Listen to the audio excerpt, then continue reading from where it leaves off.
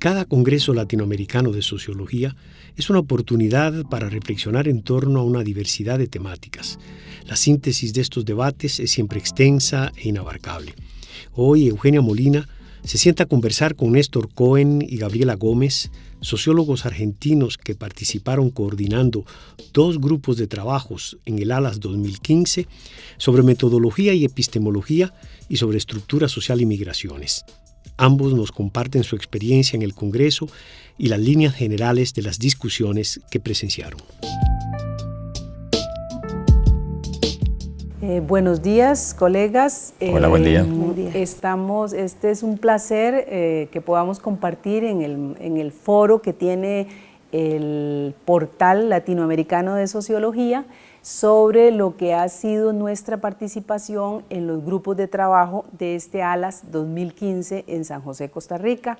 En primer lugar, me gustaría para los usuarios del portal presentarles a Néstor Cohen, sociólogo, doctor en Ciencias Sociales de la Universidad de Buenos Aires, es especialista en el tema de migraciones, etnicidad, que ha estado en el grupo de trabajo de epistemología y metodología en el cual compartimos estos días, y a la doctora Gabriela Gómez, que es también doctora en Ciencias Sociales de la Universidad de Buenos Aires, que participó en otro grupo de trabajo en ALAS sobre estructura social, migraciones y demografía.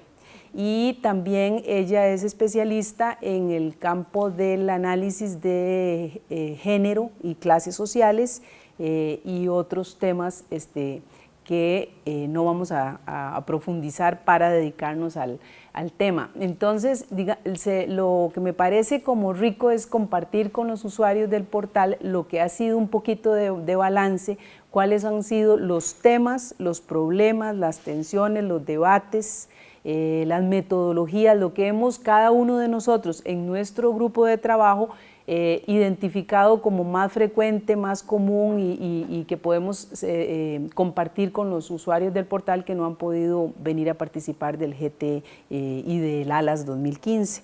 Entonces, si les parece, tal vez empezamos por Gabriela y hacemos una ronda de intercambio entre nosotros. Bien, sí, para no estar... bueno, a ver, el trabajo nuestro fue muy rico en el GT.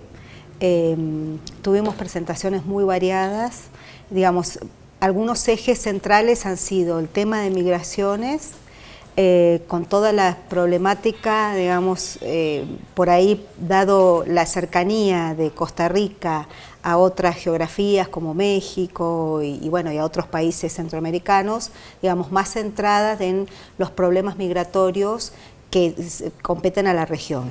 Y los roles, digamos, me pareció importante, incluso hubo algunas discusiones que tenían que ver también con algunas innovaciones, propuestas de innovaciones a las teorías demográficas respecto de las migraciones, como tiene que ver con esto del rol de países de tránsito de las migraciones, no ya esta mirada que se focaliza solamente en el origen y el destino, sino también discutir un poco cuál es el papel de los países de tránsito. Porque bueno, lo que se mencionaba en el caso específico de Centroamérica es cómo México termina siendo un país de tránsito para los migrantes que aspiran a llegar a Estados Unidos y cómo a veces cumple un rol donde finalmente no facilita esa migración, y eso está vinculada con otra cuestión respecto de los derechos humanos, qué pasa con toda esa discusión, cómo las migraciones vienen asociadas. Es cierto que hace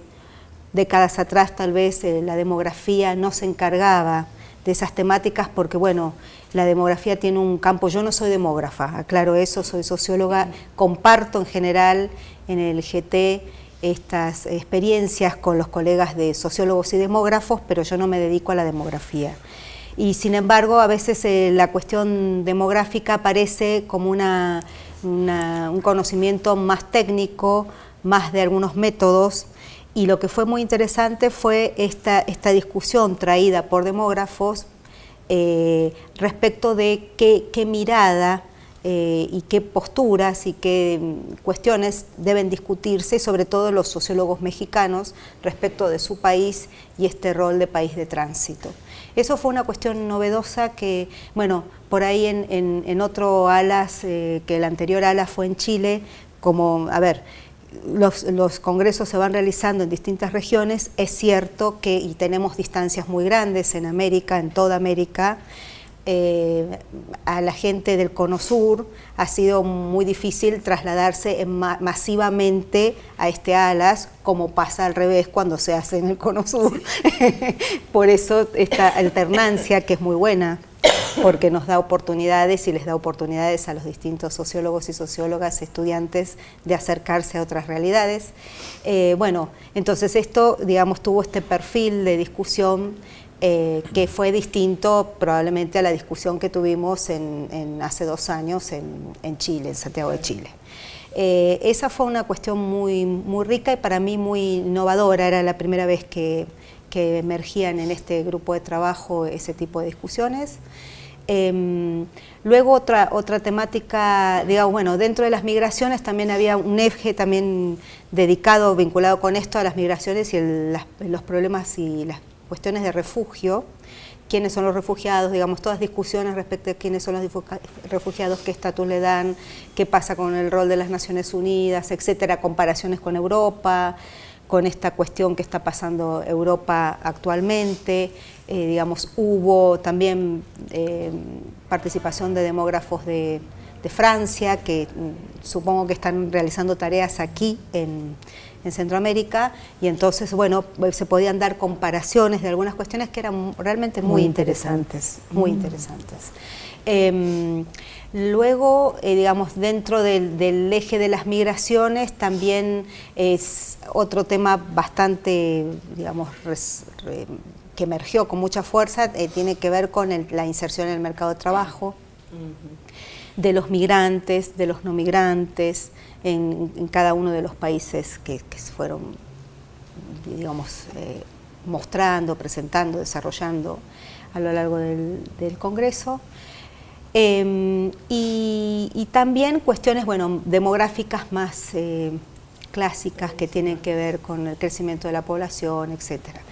Respecto de las migraciones y mercado de trabajo también, bueno, ha tenido una centralidad bastante importante la inserción de migrantes en Estados Unidos y cómo cuestiones que tienen que ver con estas crisis económicas mundiales y esta reasignación de tareas en el mercado mundial de los países va afectando la inserción laboral de algunos migrantes. Entonces también emergió la discusión de qué era lo que iba a suceder con futuras migraciones a Estados Unidos. Digamos, ese fue otro eje de discusión, donde hay demógrafos que van sosteniendo que, sobre todo las migraciones de mexicanos, está, digamos, disminuyendo, e incluso hay gente que está retornando de México debido a la crisis económica en Estados Unidos.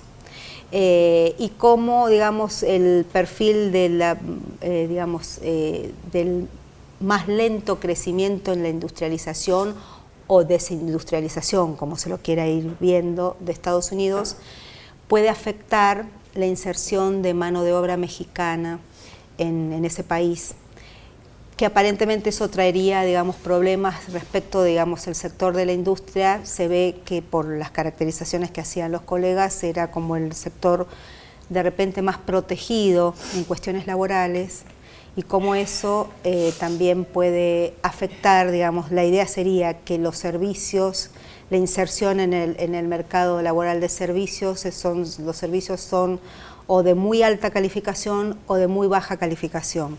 Y entonces eso afectaría, digamos, lo que se espera es que a lo mejor los migrantes que no son mano de obra calificada, digamos, puedan insertarse en los sectores de más baja calificación, con lo cual estarían más precarizados aún de lo que están siendo hoy. Entonces eso se veía como una amenaza, pero bueno, eso era un tema a discutir. No todos los demógrafos estaban de acuerdo con que la gente iba a dejar de aspirar a llegar a Estados Unidos por este problema de la industria, para resolverlo a grandes rasgos. Pero bueno, podía ser una hipótesis a trabajar y a tener en cuenta.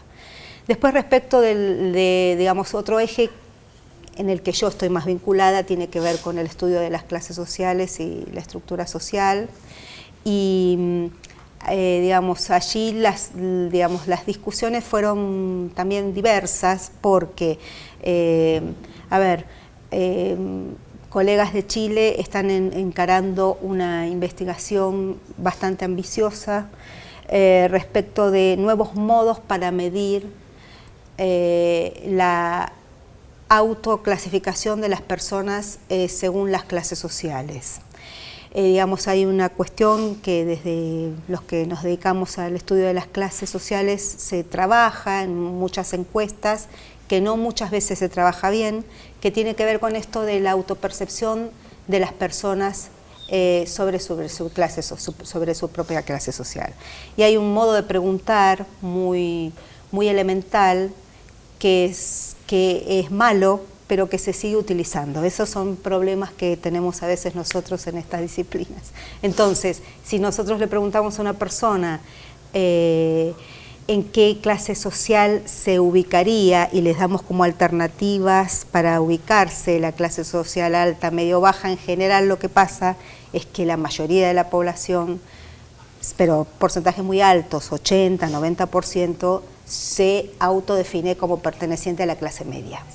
Con lo cual eso termina siendo un sistema, un modo de preguntar que no sirve, porque no puede discriminar distintas situaciones. Y bueno, hay bastante escrito al respecto porque eso pasa, digamos.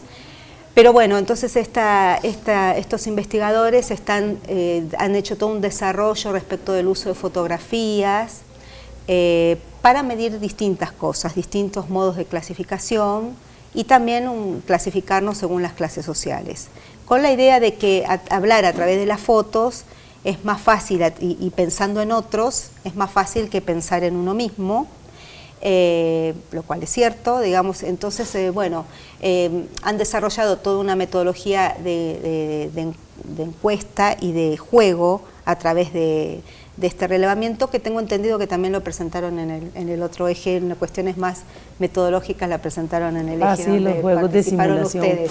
Sí. Muy interesante la discusión y esta idea de que realmente cómo incide sobre los temas discutidos el lugar donde se realiza la discusión, ¿verdad? Esto de las ciudades y los países tránsito, que colocaron una temática central y una discusión en este grupo de trabajo de ALAS. Me gustaría que compartiéramos sobre el grupo de trabajo de epistemología y metodología. A tu parecer, ¿cuáles fueron los temas centrales? Principales. Sí, yo diría que hubo como tres grandes bloques, digamos, en torno a los cuales se trabajó en el grupo de trabajo, digamos. Hubo uno de los bloques, uno de los ejes que se trabajó bastante, fueron reflexiones metodológicas, en alguna medida también epistemológicas, sobre las propias prácticas de investigación. O sea, investigadores que en sí mismos son investigadores de las ciencias sociales, sociólogos en la mayoría de los casos, o sociólogas, pero que reflexionan metodológicamente sobre lo que hicieron y sobre lo que están haciendo. Y esto fue todo un eje importante donde creo que tuvo una gran riqueza. A mí me agradó mucho, me encontré, digamos, con un debate muy rico, muy potente desde el punto de vista metodológico, porque no era un debate abstracto, sino que era un debate sobre las propias prácticas y debatían inclusive investigadores con distintos niveles de experiencia, pero investigadores en sí mismos. Entonces, pensar la metodología de la investigación creo que es lo más aconsejable o razonable, digamos, para hablar de metodología. Si no, la metodología queda como descontextualizada, digamos, queda como algo muy abstracto. Esto para mí fue un eje muy importante y que me parece que fue muy enriquecedor. Quizás allí surgió y renació, ahí sí fue una cuestión que yo esperaba que ya era una especie de cuestión saldada en las ciencias sociales. Me refiero a este viejo, a mi gusto, tedioso e inútil debate sobre lo cualitativo y lo cuantitativo. Lo digo de esta manera porque creo que en realidad mirar digamos, los enfoques cualitativos como mirar los enfoques cuantitativos desde una perspectiva, diría, casi fundamentalista a veces, digamos, ¿no? Me parece que no enriquece el debate, me parece que lo empobrece, me parece que es mantener ciertos esquemas mentales que no es lo más adecuado para alguien que pretende producir conocimiento. Esto quedó en algunos casos presente, no en la mayoría, pero fue algo que subyace en estos debates y que yo creía que no iba a volver a aparecer, pero volvió a aparecer, sigue estando instalado en gran parte de América Latina y no me parece muy adecuado. Entre otras cuestiones, por lo siguiente, porque contradice lo que dije recién, en el sentido que en la medida que nos quedamos en ese debate acerca de las ventajas, desventajas, fortalezas, debilidades, desde lo cual y a lo cuanto, de lo cuanto a lo cual, seguimos mirando la metodología como si fuera una especie de campo autónomo. Y esto no tiene que ver nada con el método científico, lo que hay que mirar es la investigación. Dentro de la investigación está la metodología, está la técnica, la epistemología, está la teoría, está la práctica, está la contrastación. Hay todo un conjunto de dimensiones que atraviesan el trabajo de investigador, ¿no? Entonces, si nosotros tomamos algo de esa y lo separamos y lo miramos separado, me parece que es ficcional, porque no es mirar la investigación, sino que es mirar algo abstracto, es como hacer una especie de filosofía del método.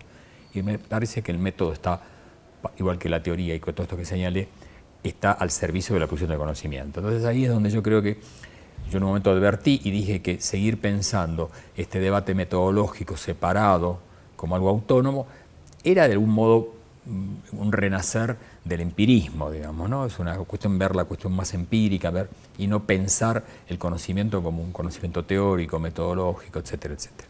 Pero, digo, salvo esta cuestión, que sí la señalo críticamente, fue muy rico el aporte de quienes trajeron estas ponencias en donde reflexionaron sus propias investigaciones.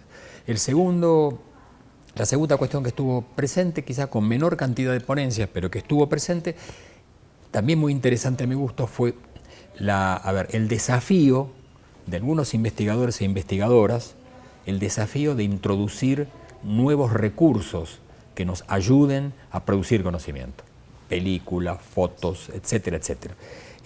No hubo una gran cantidad de propuestas, pero hubo algunas, y a mi gusto, interesantes, ricas, y vuelvo a decir desafiantes, porque creo que eso es innovador, es un modo de abrir la cabeza y cómo hago para pensar qué otros recursos puedo utilizar para seguir avanzando en las investigaciones. Esto me pareció también una segunda cuestión como balance positivo. Y la tercera, que creo que estuvo muy presente también, porque la convocamos nosotros desde los ejes que planteamos de debate, tiene que ver con la enseñanza y la formación de la investigación, no tanto la enseñanza de la metodología que queda acá involucrada, sino, reflexionar acerca de qué investigadores estamos formando, para qué lo estamos formando, desde dónde lo formamos. Y esto llevó, sobre todo en el día de ayer, a la presentación de trabajos variados, digamos, de distintos tipos de interés, pero creo que también fue muy convocante. Y en ese sentido me pareció interesante, sobre todo por esto, porque no quedó la discusión solo acerca de la enseñanza de la metodología como tal, sino la enseñanza y la formación de la investigación. Entonces aparecieron distintas experiencias, en el grado, en el posgrado, por eso el doctorado, aparecieron propuestas de gente docente formada de carrera, como también de jóvenes estudiantes, lo cual esto lo enriqueció a mi gusto, le dio una frescura, digamos, al debate muy interesante, porque tuve un rol muy pasivo, porque pude escuchar como distintas miradas, desde distintas experiencias y hasta distintas miradas generacionales, lo cual también me parece que es muy enriquecedor en ese sentido. Diría que, en términos generales, estos fueron como las tres grandes cuestiones que estuvieron presentes en el GT, y que el balance que tengo es positivo. Los que hace más tiempo que por la edad, por supuesto, que venimos recorriendo distintos eventos, no solo los de los otros eventos que uno a lo largo de su carrera va recorriendo, sabemos que no siempre uno sale satisfecho de los eventos a los cuales va. A veces uno siente para qué vine, ¿no? Uno le pasa, creo que a todos, muchas veces nos pasa. Esta vez no tuve yo esa experiencia, lo digo francamente, no porque esté en esta oportunidad acá, sino que sinceramente lo digo, tuve la sensación como que hubo propuestas más, como solemos decir en nuestro país, más jugadas, ¿no? Más desafiantes, más comprometidas, digamos, en ese sentido. Y reitero, fue muy interesante ver la presencia de distintas generaciones, ¿no? Desde investigadores, algunos formados, otros en formación, jóvenes estudiantes. Esto también me pareció muy interesante y creo que eso le da le da mucha vitalidad al grupo de trabajo, ¿no? Un grupo de trabajo al cual yo me estoy sumando recientemente como coordinador, pero que es un grupo de trabajo que tiene una tradición de NALAS desde hace ya muchos años, digamos. O sea que el balance en ese sentido ha sido muy positivo.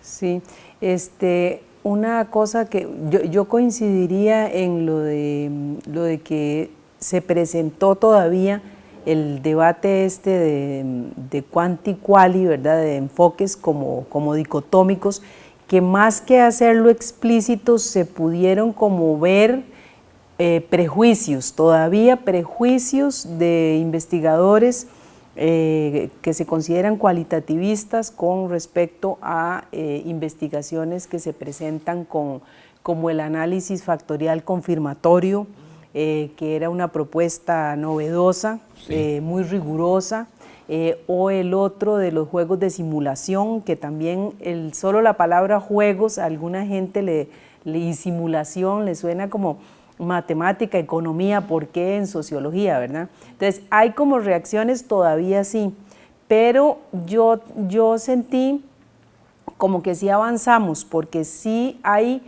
sentí en general una búsqueda de producir conocimiento, de ir más allá y no solo discurso, sino construir fuentes, medios, o utilizar nuevas técnicas. Por ejemplo, de los juegos de simulación era para acercarse a la percepción de las desigualdades que tienen la gente común y corriente. Entonces, muy creativo, con una baraja, con el juego del dictador para poner a opinar sobre lo justo y lo injusto, formas muy creativas para investigaciones muy difíciles, que ya la gente se está dando cuenta que no se pueden hacer con preguntar, ¿y usted cree que esto es justo o injusto? ¿O usted de qué clase es? Sino que ser más sutil para poder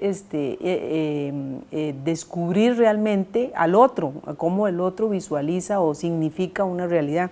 Eso me gustó, a mí me encantó esto que decís de innovación, de esfuerzos por encontrar recursos para la investigación.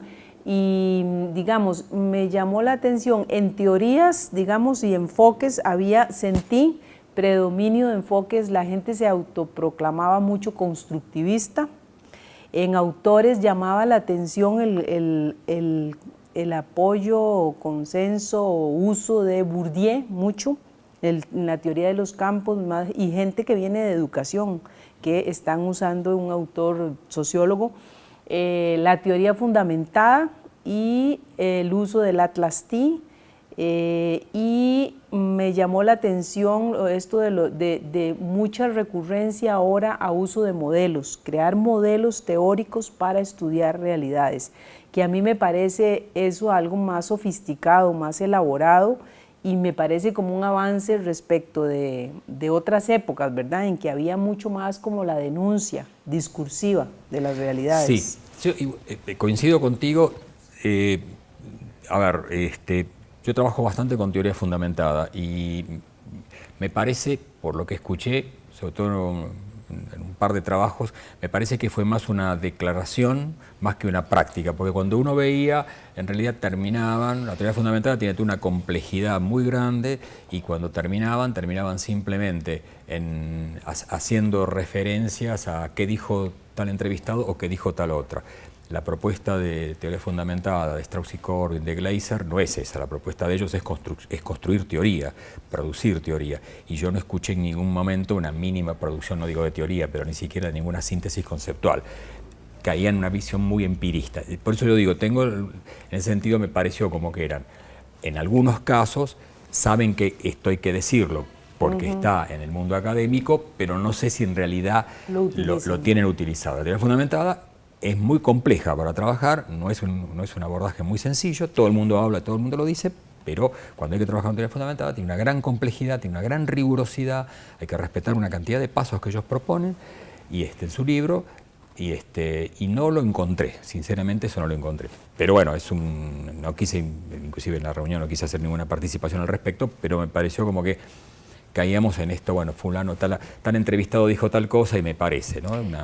que creo que es un modo a veces de no trabajar bien la investigación cualitativa, que es otro tema, digamos, que bueno, que nos llevaría a otro lugar. Pero me parece que en función de eso, breve nomás, es que no es una particularidad esa cuestión de solamente de la gente que concurrió a ALAS. No, me parece pasa. que es un tema que estamos más acostumbrados. Esto está atravesando toda América Latina y a mí me preocupa porque es un modo, bueno, me alejo un poco, pero creo que tiene que ver con un debate interesante. Creo que el trabajo dentro de la investigación cualitativa lamentablemente todavía hay mucho por hacer y no se está trabajando en general, digamos, con cierto rigor. El método científico como que no es tomado muchas veces dentro del campo de la investigación. Cito este caso de teoría fundamentada, como hay otros modos de trabajar, como puede ser trabajar dentro de la etnosociología de Berthaud, como hay un montón de cuestiones. Hay muchas propuestas que en general uno no las encuentra, ¿no? Cuando uno quiere ver cómo se trabajó, en general uno ve cierta flaqueza.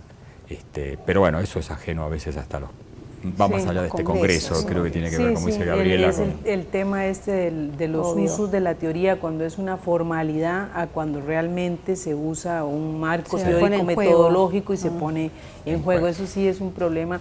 Y en un grupo de trabajo como el nuestro, epistemología y metodología, más difícil. Se avanza, pero todavía hay un déficit exactamente en cumplir el papel de un grupo de trabajo que trate problemáticas específicas, pero que tenga una mirada metodológica y sea muy riguroso y exponga más todo ese camino metodológico. Eso todavía podría ser uno de los desafíos que nos planteemos para el ALAS de los próximos 2 años.